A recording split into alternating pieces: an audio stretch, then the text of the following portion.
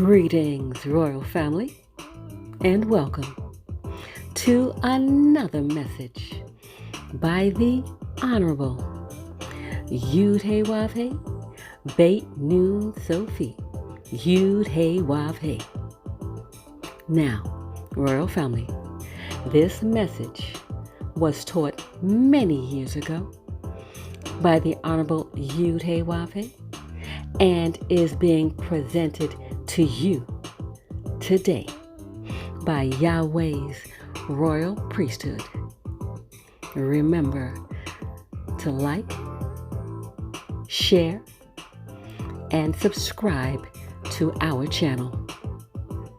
Visit us at Yahweh's royal priesthood, www.yahweh144000.com.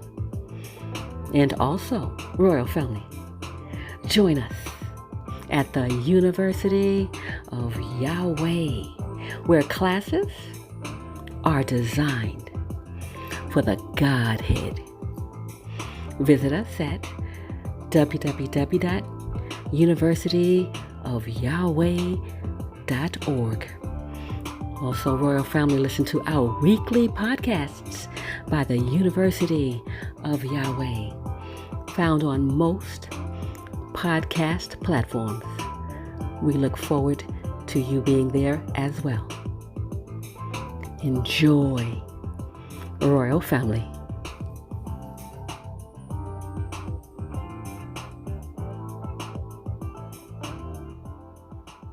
Behold, as a shaking, and now the bones are coming together.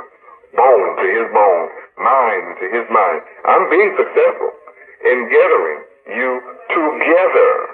You're coming together in unity for the first time in the history of America. And you're coming together in a form and in a fashion for the first time in 6,000 years since you were kicked out of the garden. I'm bringing you together in a new form, giving you a new form, renewing you. Now we're ready for some information in verse 7. In verse 7, we're going to go and look at Jeremiah chapter 13, verses 5 through 7. Jeremiah chapter 13, verses 5, 6, and 7. Now remember, this is dealing with me being obedient and prophesying to you as I am commanded. And it says, so I went and hid it by the Euphrates, as the Lord Yahweh commanded me. And it came to pass after many days that the Lord Yahweh said unto me, arise, go to the Euphrates, and take the girdle or the belt from thence, which I commanded thee to hide there. Then I went to the Euphrates and digged and took the girdle or the belt from the place where I had hid it. And behold, the girdle or the belt was marred. It was profitable for nothing. Do you understand the mystery? You probably do not understand the mystery. For that reason, you need me to loose this seal. You see, all of this knowledge was sealed up from the day of Daniel to the end time. And no matter who you take this to, what religious scholar or what preacher, they can't discern this and give you the knowledge that I'm about to share with you on what this means.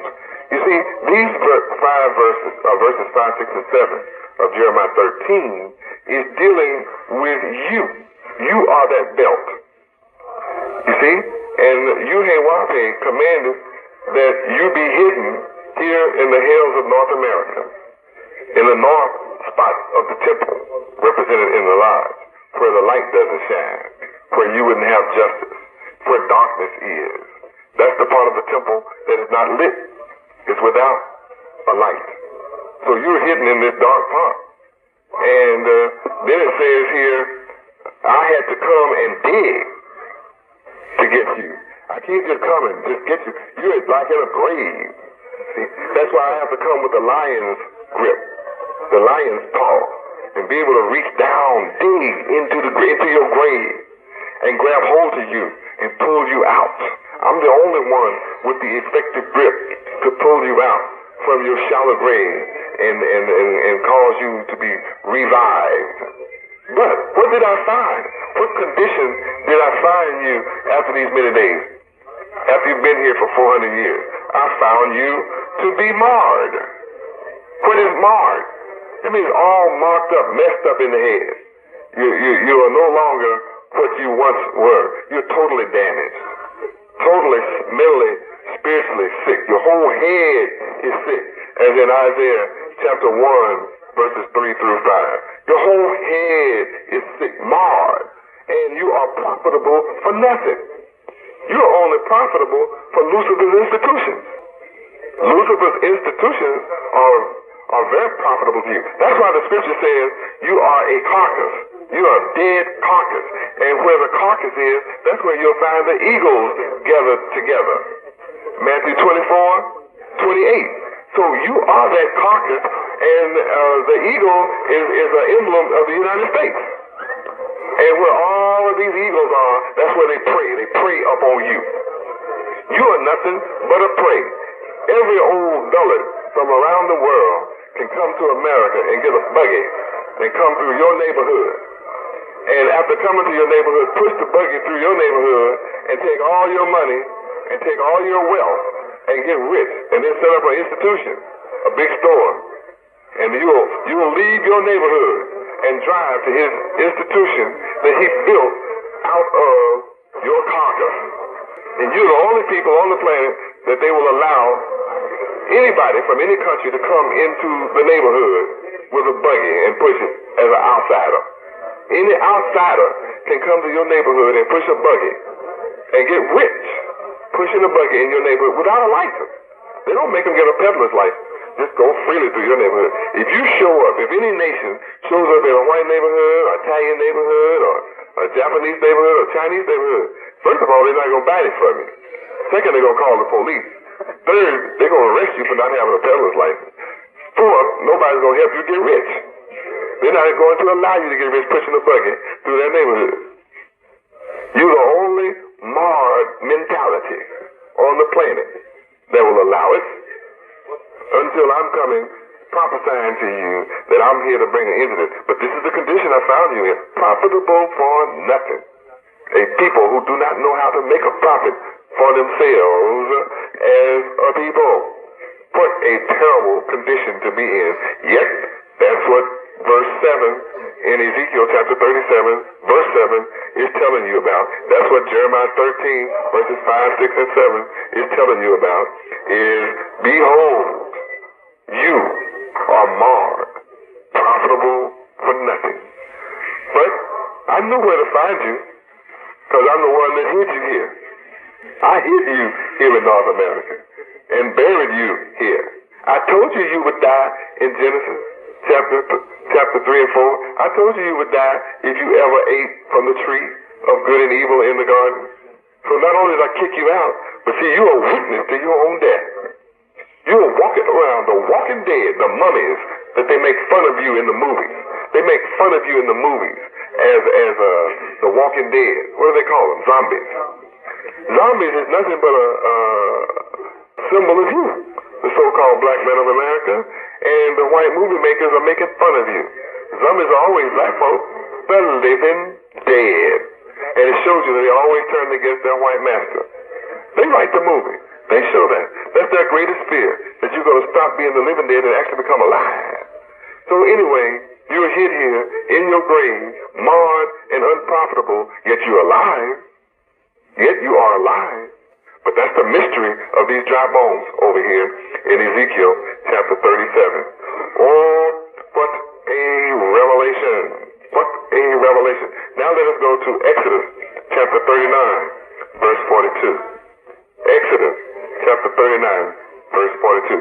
Doesn't it excite your mind to suddenly see that something you could not understand in Jeremiah 13, verses 5, 6, and 7?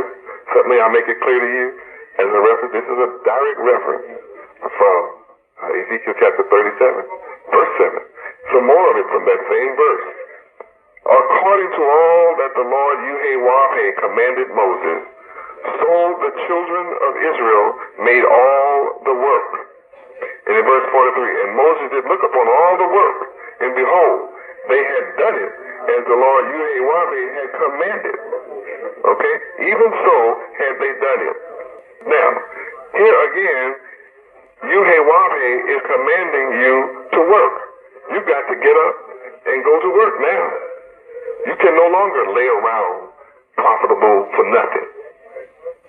You can no longer lay around marred, victims of Lucifer's institutions. Now, you're going to have to come and take on the knowledge of the divine mind of Yahweh. And this will cause you to become a profitable people. That's what I'm here to cause you to do, is to become a profitable people. Isaiah 48:17. Isaiah chapter 48, verse 17. I'll read it to you. Thus saith the Lord Yahweh, the Redeemer, the Holy One of Israel. I am the Lord Yahweh, thy God, which teacheth thee to profit, which leadeth thee by the way that thou should go. That's the whole key. So this is one of the most important scriptures that you can refer to concerning Ezekiel chapter 37, verse 7, going on down through Exodus chapter 39, verse 42.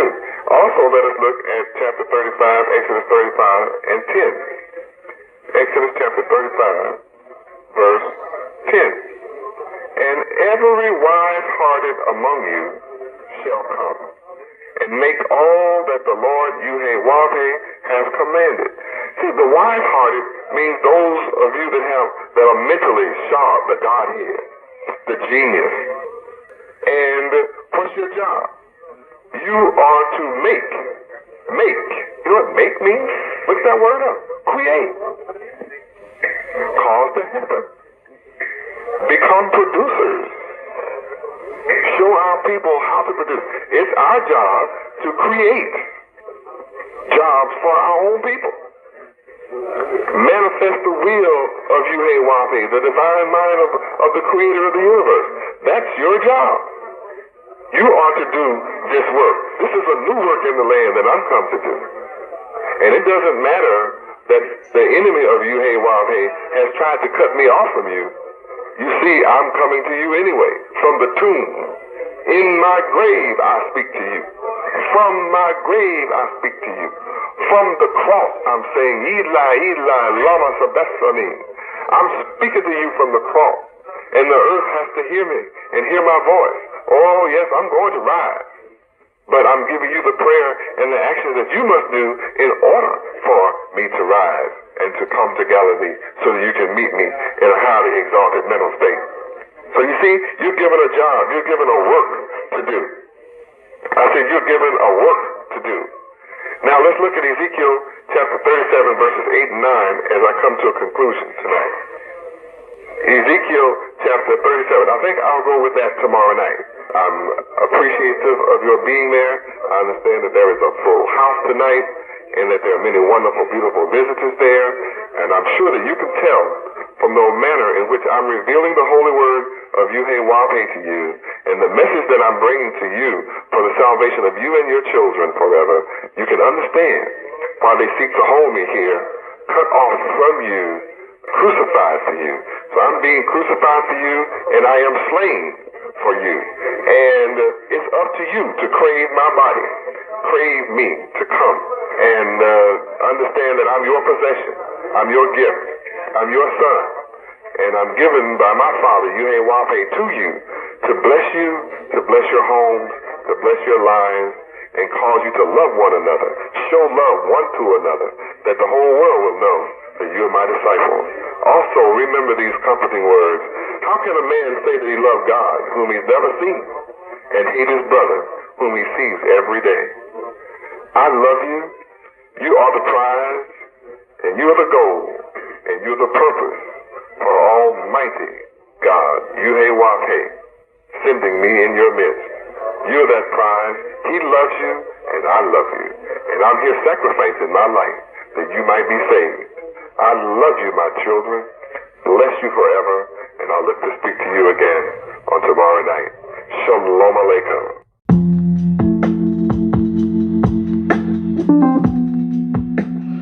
Greetings, royal family. Let's talk about the most prestigious private university in the universe, the University of Yahweh. It is here where students, parents, adults, and teachers study the divine mind of Yahweh Ben Yahweh, thus elevating them to contemplate and understand the loftier concepts and principles, enabling their minds to focus and think on an extraterrestrial level. This intellectual ability and unique set of skills supersede all base, mundane, and terrestrial thinking, thus allowing one's minds to open up and flourish with an overwhelming abundance of creative ideas and loftier concepts, making life and living more enjoyable. The University of Yahweh is woven deep within the fabric of the moral principles of truth, honesty, integrity, true holiness, righteousness, ethics, and justice for all. The University of Yahweh is designed for the Godhead, and this includes students, parents, adults, and the Godhead. In the University of Yahweh, the online platform, you gain a structured format to the approach of the divine mind of Yahweh Yahweh. We welcome you to visit our website at www.universityofyahweh.org. This platform is specifically designed for the Godhead and the Godhead family. The 144,000 chosen to rule in righteousness. We look forward to working with you as we prepare for rulership in righteousness. Praise Yahweh, praise Yahweh, Beit Nun Sophie Yahweh. Shalom, royal family.